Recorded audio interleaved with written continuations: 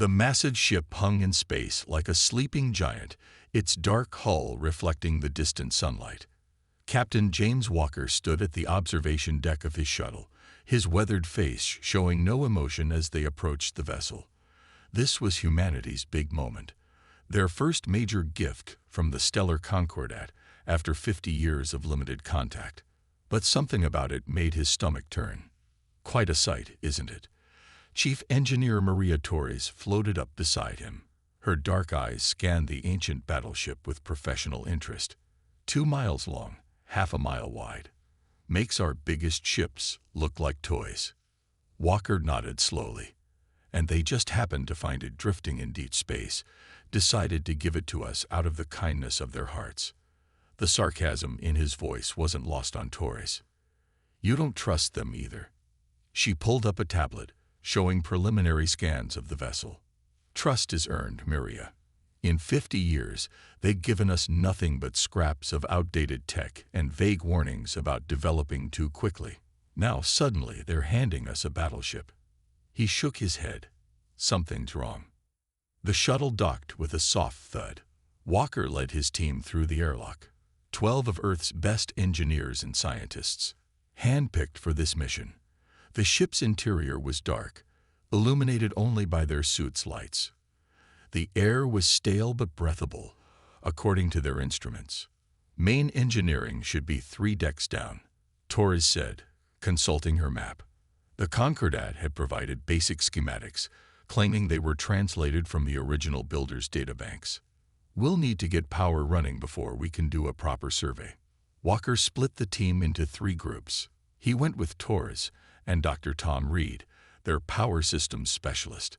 The corridors were massive, clearly built for beings larger than humans. Their footsteps echoed off metal floors that hadn't felt movement in centuries. Look at this craftsmanship, Reed whispered, running his hand along a wall panel. This isn't just advanced, it's elegant. Whoever built this ship, they were artists as well as engineers. They reached main engineering after 20 minutes of careful navigation. The chamber was enormous, dominated by what seemed to be the main power core, a towering cylinder of dark metal and crystal, reaching up through several decks. Torres immediately went to work, setting up portable lights and scanning equipment. This is incredible. She studied her readings with growing excitement. The power core uses principles we've only theorized about. Quantum energy manipulation at a scale we couldn't even imagine. Can we get it running? Walker asked, keeping his voice neutral despite the growing unease in his gut. With time, yes. But Torres frowned at her scanner. That's odd. What is it? These connections here. She pointed to a series of crystalline tubes running from the core. They're routed in a way that makes no sense. It's like someone deliberately created feedback loops in the power distribution system. Reed moved closer, his own scanner whirring. She's right. Look at these junctions. They're modified. Recently, he looked up at Walker. Someone's been tampering with this ship's systems. Walker's communication unit crackled. Captain, this is Team 2. We found something in the computer core you need to see. On our way. Team 3, report to main engineering and assist Chief Torres. Walker and Reed made their way to the computer core. 6 decks up, they found Lisa Park, their systems analyst, staring at streams of alien code on her portable display. What am I looking at, Park? Sabotage, sir. Elegant, careful sabotage. Her fingers flew over the keys. The ship's original operating systems have been modified. There are hidden commands buried in the startup sequences, things that would only activate once we got the power running. Walker felt cold sweat on his back, despite his suit's temperature control. Can you tell what these commands would do? Not yet. They're incredibly complex, and they're designed to look like normal system functions. But they're wrong. Like someone wrote them to be deliberately misunderstood. The next 12 hours were a blur of activity. More evidence of tampering emerged with every deck they explored.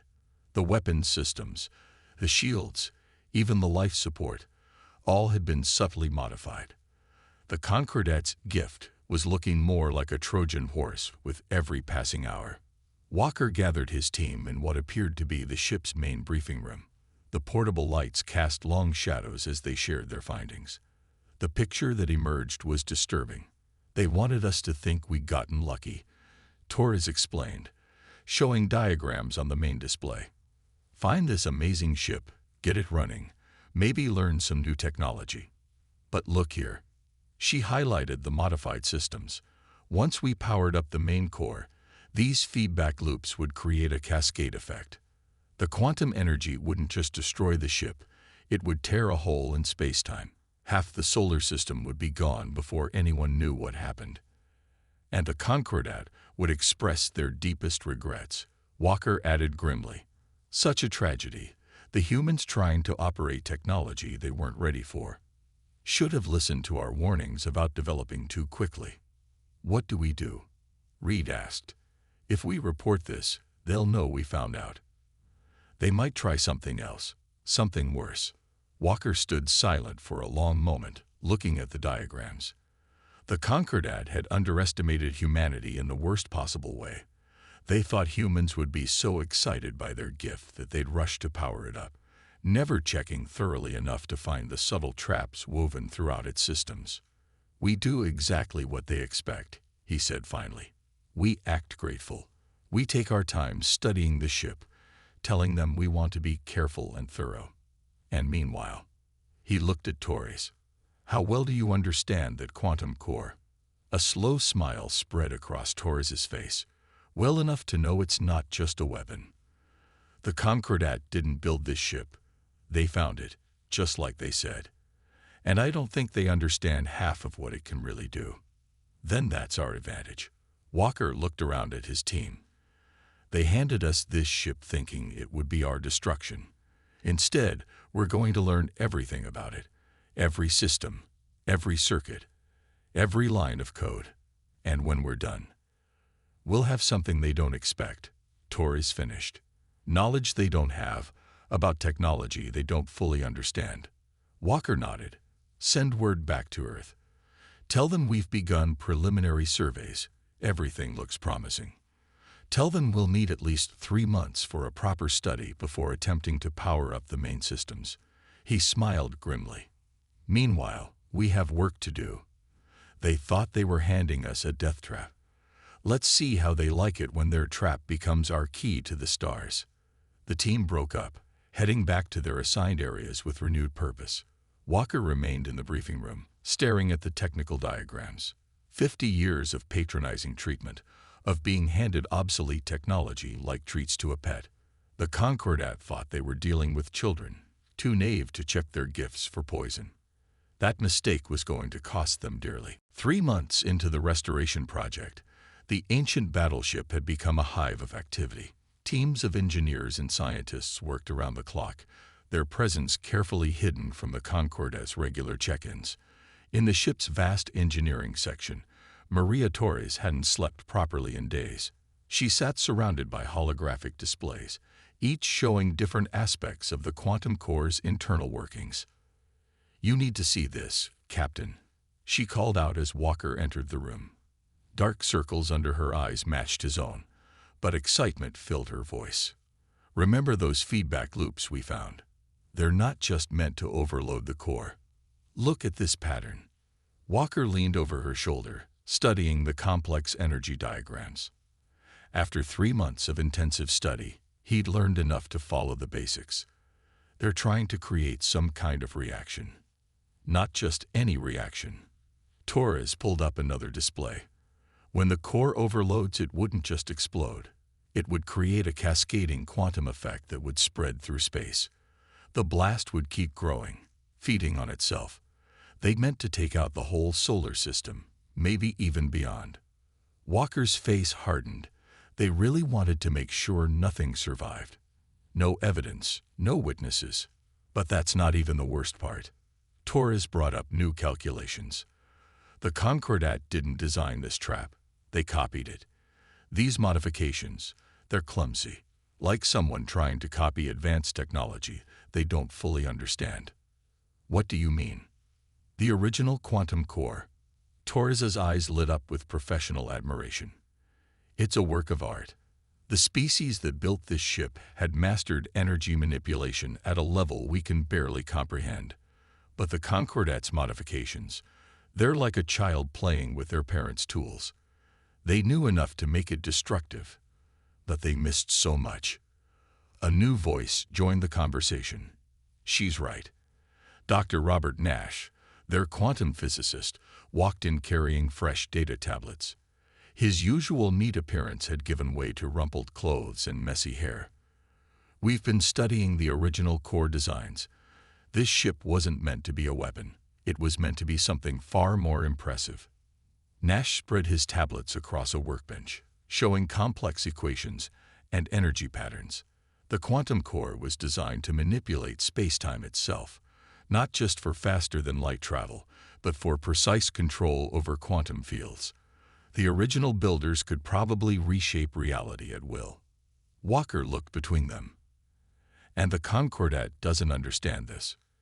They understand enough to be dangerous, Torres said. But no, they don't see the full picture. They found this ship, figured out how to make it into a bomb, and thought that was its greatest potential. She laughed bitterly. It's like finding a supercomputer and using it as a paperweight. The captain was silent for a long moment, processing this information. Can we use this? Turn their trap against them? Nash nodded slowly. We think so. Maria and I have been working on something. The Concordat expects us to power up the core according to their modified protocols. But if we bypass their changes, use the original systems the way they were meant to be used. Show me. The next hour was filled with technical explanations. Walker listened carefully as his experts laid out their plan. The quantum core could be activated safely, but it would take precise timing and perfect execution. One mistake, and the Concordat's trap would spring exactly as intended.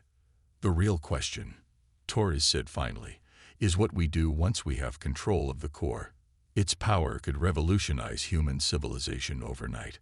But the Concordat would never let that happen, Walker finished. They'd rather destroy us than see us advance that quickly. He walked to the enormous windows overlooking Earth below. How long until they expect us to attempt activation? Their ambassador has been pushing for a test next week, Nash said. They're getting impatient. I think they're worried we might find something if we study it too long. A bit late for that worry. Walker turned back to his team. How many people know the full extent of what we've discovered? Just the core team. Maybe 20 people total. We've kept everything compartmentalized, just like you ordered. Walker nodded. Good, because what I'm about to propose borders on treason. He took a deep breath. We're going to power up the core, but not the way they expect, and not when they expect it. And when we do, he smiled grimly. We're going to show them exactly what happens when you underestimate humanity. The next 3 days were a blur of preparation. While the official engineering teams made a show of running standard tests, Torres and Nash led a secret group in preparing the quantum core for its true awakening. They worked in shifts, always keeping some activity visible for the Concordat's watching eyes, while the real work happened hidden from view. Walker coordinated with Earth's Defense Command, laying groundwork for what would come next. If they succeeded, humanity would leap forward centuries in technological development overnight. If they failed, there might not be an Earth left to defend.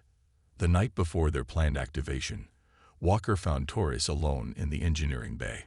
She sat staring at the quantum core, its crystalline structure glowing faintly in the dim light. Having doubts, he asked. She shook her head. The opposite. I've never been more certain about anything in my life. This ship, it's not just technology, Captain. It's art.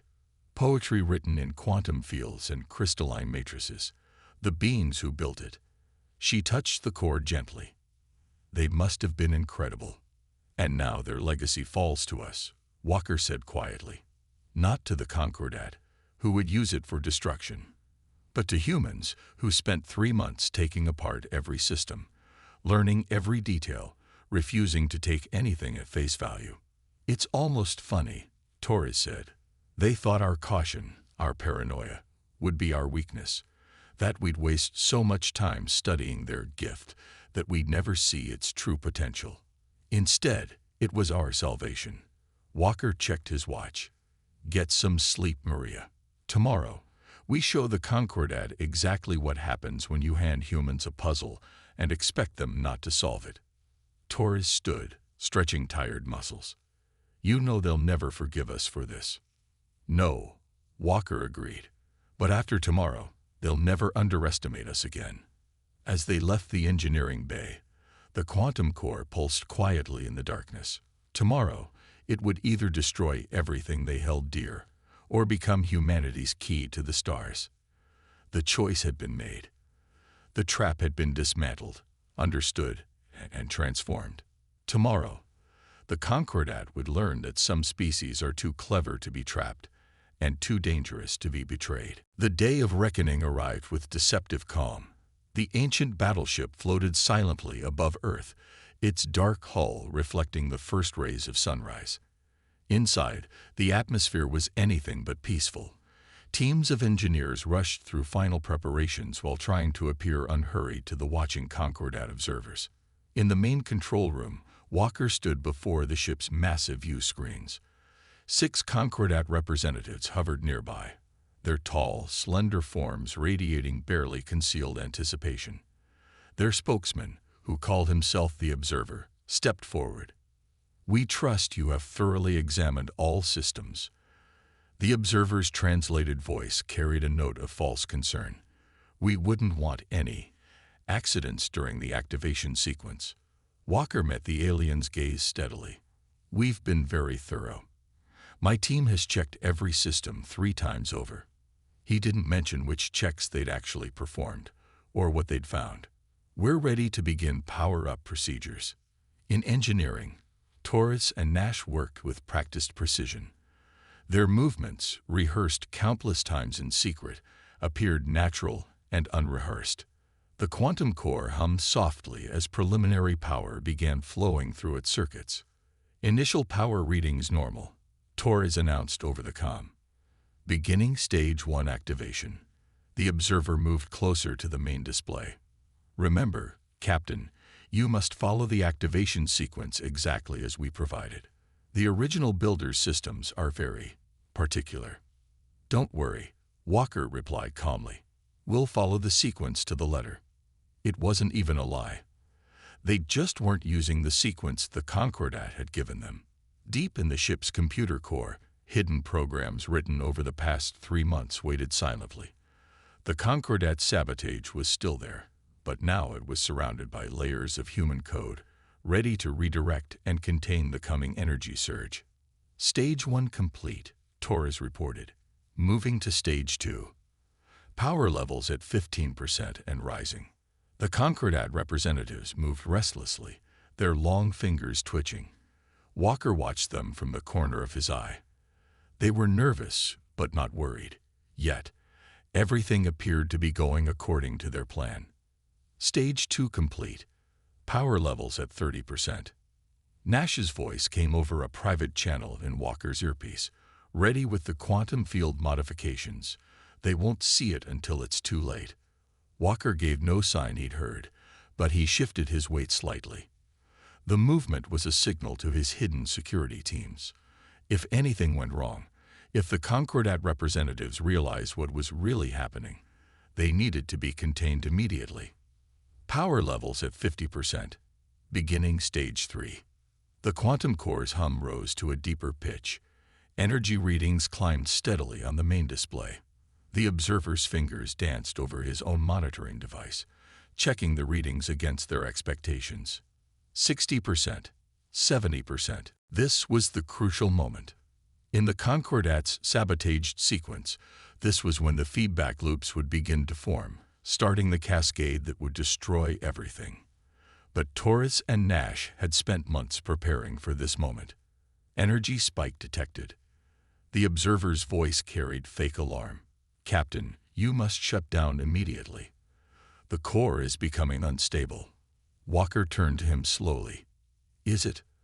Our readings show everything within expected parameters.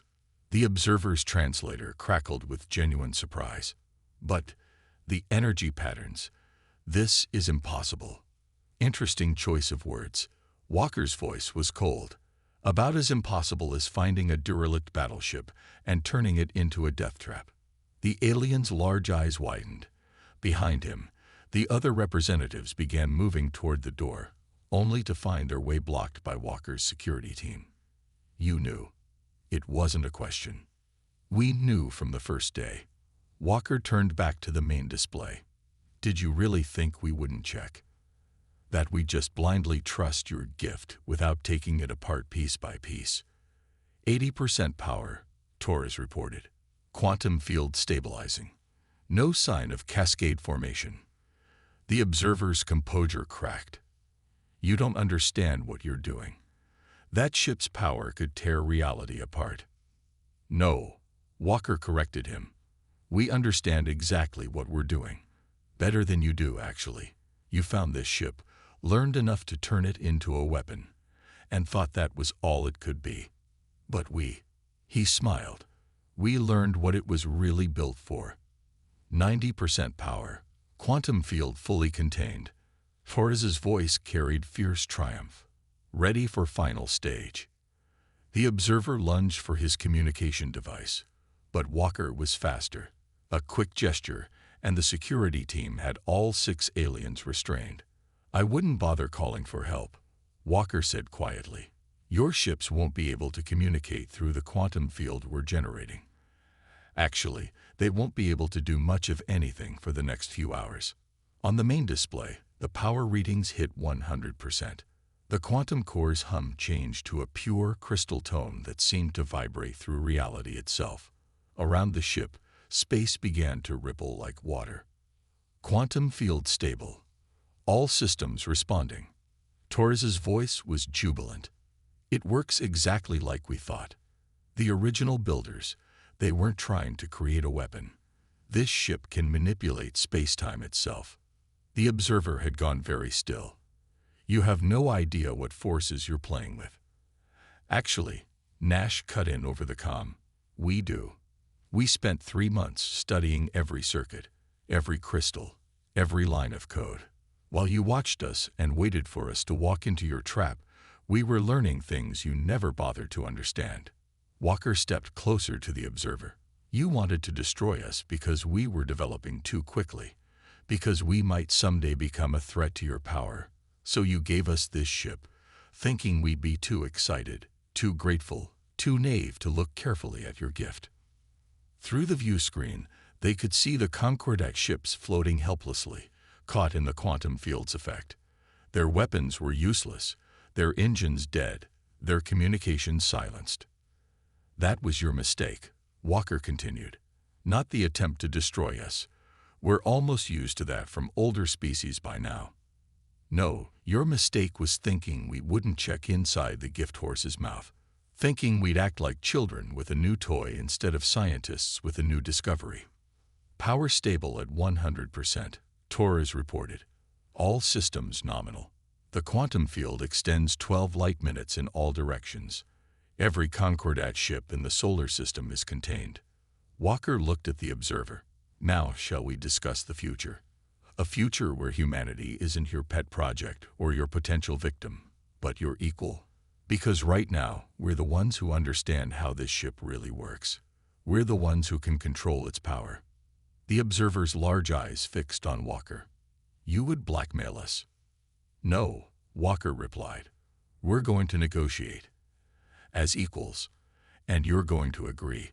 Because now you know what happens when you underestimate humanity. When you mistake caution for weakness and paranoia for lack of vision. The quantum core's pure tone filled the ship, a testament to humanity's triumph over betrayal. They had turned the Concordat's trap into a key to the stars, their intended execution into a demonstration of power. And now, finally, the real work could begin. The next 48 hours changed everything. While the Concordat ships hung powerless in space, trapped in the quantum field, humanity prepared for its first steps into a larger universe.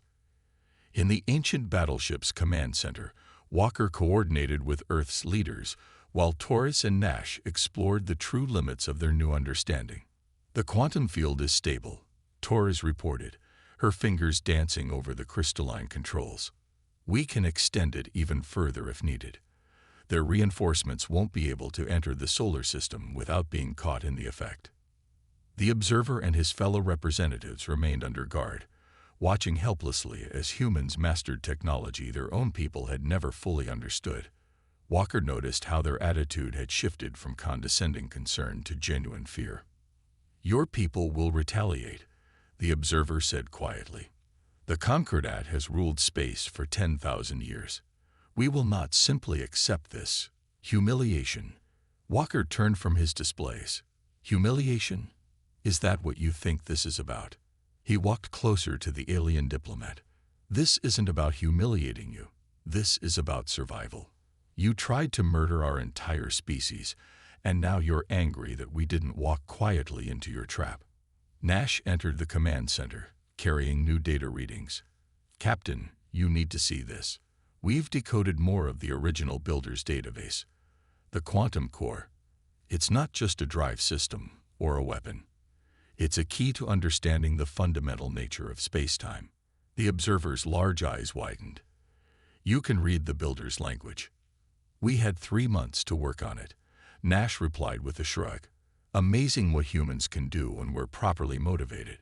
When someone tries to kill us, for instance." Walker studied the new data. "What are we looking at, exactly?"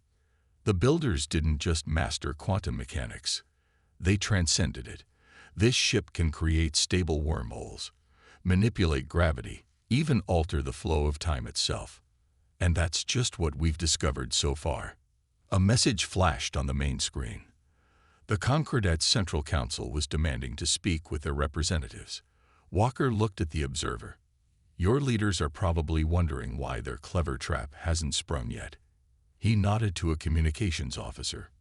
"Put them through. Let's show them exactly what they've accomplished with their attempted genocide." The screen filled with the image of the Concordat Council, 7 tall, elegant aliens seated in what looked like a grand chamber. Their spokesman leaned forward, voice crackling through the translator. "Release our ships immediately," the council leader demanded. "This act of aggression will not be tolerated." Walker laughed, a sound without humor. "Aggression? That's rich, coming from the people who just tried to wipe out our entire solar system. Or did you think we wouldn't figure out what this ship was really meant to do?"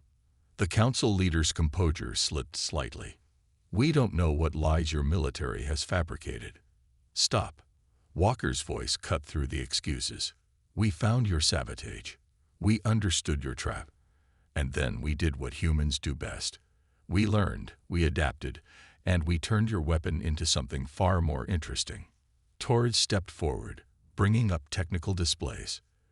"Your modifications to the quantum core were crude," she said, professional disdain clear in her voice. "You understood enough to create a destructive cascade, but you never bothered to understand what the technology was actually designed for." The council chamber erupted in angry muttering. The leader raised a hand for silence. "You claim to understand technology that has baffled our best scientists for centuries." "Claim?" Nash tapped a control, and suddenly the council chamber's gravity reversed. The council members floated from their seats, their dignity shattered as they flailed in zero gravity. Another tap, and they crashed back down. "That was a tiny fraction of what this ship can do," Nash said calmly. "Want to see what happens when we really start exploring its capabilities?" Walker held up a hand, and Nash stepped back. "Here's what's going to happen." Walker addressed the council. "First, you're going to admit what you tried to do. Not to us. We already know. But to your own people and to the other species you claim to protect. You cannot possibly expect." The leader began. "Second," Walker continued as if there had been no interruption, "you're going to acknowledge humanity as equals. No more treating us like children who need to be controlled. No more guidance about developing too quickly." Torres brought up new displays, showing the quantum field's effect spreading through the solar system. We can maintain this field indefinitely, she explained. None of your ships can enter or leave. Your communications can't penetrate it. You're cut off from your entire empire. This is impossible, one of the council members whispered. The power requirements alone. The power requirements are trivial for this ship's systems, Nash corrected. Your scientists never figured that out because they were too busy trying to turn it into a bomb. We, on the other hand, spent 3 months studying every circuit, every crystal, every line of code. Walker stepped closer to the screen. You have 2 hours to make your decision. Either you start being honest with everyone, including yourselves, or we'll demonstrate just how much we've learned about this ship's capabilities. And trust me, what we did to your gravity was just a party trick compared to what we could do. The council leader's face had gone pale. 2 hours? You cannot expect us to. 1 hour and 59 minutes now. Walker interrupted. I suggest you spend it wisely. He cut the transmission. The observer watched this exchange with a mix of horror and fascination. You would really risk war with the Concordat. You already started that war, Walker replied. When you gave us this ship, when you tried to murder our entire species, you made this conflict inevitable. The only question was whether we'd die in ignorance or learn enough to fight back. Torres's console beeped. More Concordat ships approaching the solar system. 3 fleets, heavily armed. Let them come, Walker said calmly. The field will catch them just like the others. And every ship we catch is another demonstration of just how badly their leaders miscalculated. The observer studied Walker's face. You're enjoying this. No, Walker corrected him.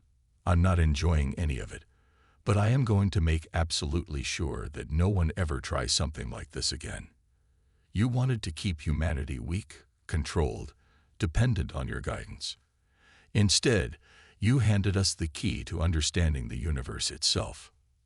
Nash looked up from his readings. 1 hour and 45 minutes until the council's deadline. Want to bet on whether they'll make the smart choice. Walker watched the displays showing dozens of helpless Concordat ships floating in space. They'll make the only choice they can. Because now they know what happens when you hand humans a trap and expect us not to study it down to the last atom. The quantum core hummed its crystal tone through the ship, a reminder of just how thoroughly humanity's supposed executioner had become their salvation. The timer counted down while the Concordat leaders faced the consequences of their greatest mistake, underestimating humanity's capacity to learn, adapt, and overcome. The Concordat Council made their decision with 7 minutes to spare. Their public broadcast reached every corner of known space, carefully worded but clear in its meaning. They admitted to errors in judgment regarding humanity's development, acknowledged their mishandling of ancient technology, and recognized Earth as a full and equal member of the galactic community. Walker watched the broadcast from the ancient battleship's command center, Torres and Nash at his side. The observer and his fellow representatives stood under guard, their usual dignified posture replaced by slumped shoulders and lowered heads. Not quite a full confession, Nash noted, but enough to make everyone ask questions. Questions they won't be able to avoid answering, Torres added. Especially once other species start wondering what made the mighty Concordat back down so quickly. Walker nodded to his communications officer. Release the quantum field. Let their ships go. He turned to the observer. Your vessels are free to leave. I suggest you use this time to reconsider how you treat lesser species. The observer moved toward the exit but paused. You could have destroyed us. Used this ship's power to tear our worlds apart. Why didn't you? Because we're not you, Walker replied simply. We don't solve our problems by trying to erase them. Speaking of which, he brought up a new display, showing the quantum core's readings. Dr. Nash, show them what we actually learned to do with their trap. Nash's fingers danced over the controls. The ship hummed with power, but differently now. Not the threatening crystal tone of before, but a deeper, almost musical sound. Outside the view screens, space itself began to ripple. What you're seeing, Nash explained, unable to hide his excitement, is what this ship was actually built for. We're not tearing space apart. We're reshaping it, creating paths where none existed. The ripples coalesced into something impossible, a stable gateway through space itself.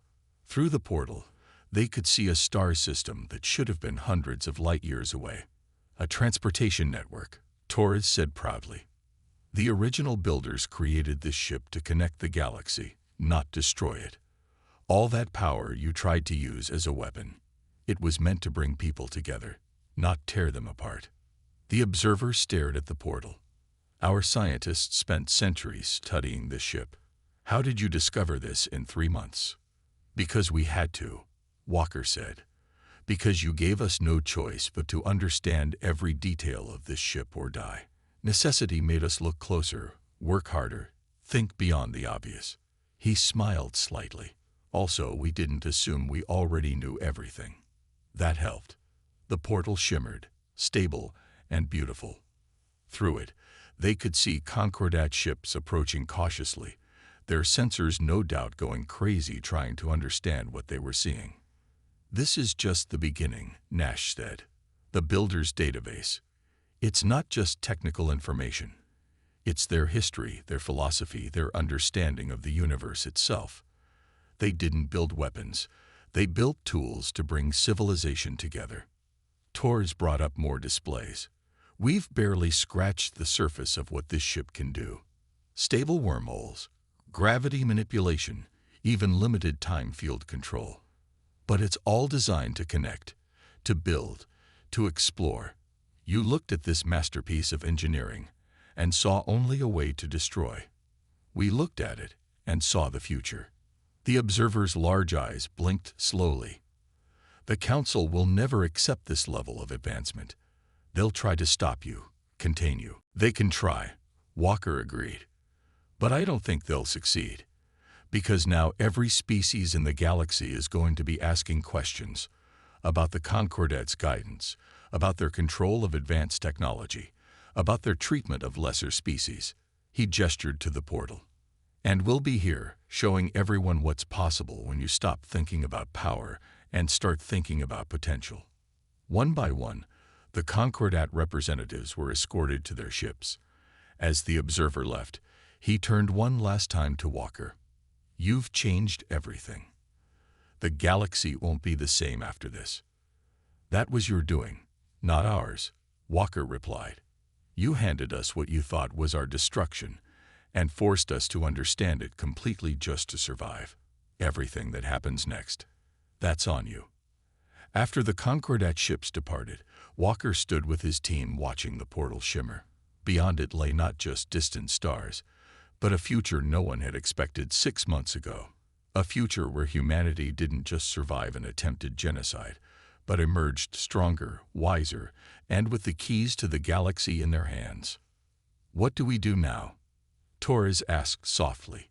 Walker studied the portal, thinking of all the worlds that lay beyond it, all the species who'd lived under the Concordat's guidance for so long.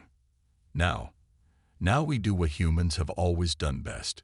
We explore, we learn, we build. He smiled, and we make very, very sure that no one ever mistakes us for helpless children again. And the Concordat? Nash asked. They'll adapt or they'll fade away, Walker said. But they'll never forget what happened here, how their perfect trap became humanity's stepping stone to the stars, how their attempt to destroy us only made us stronger.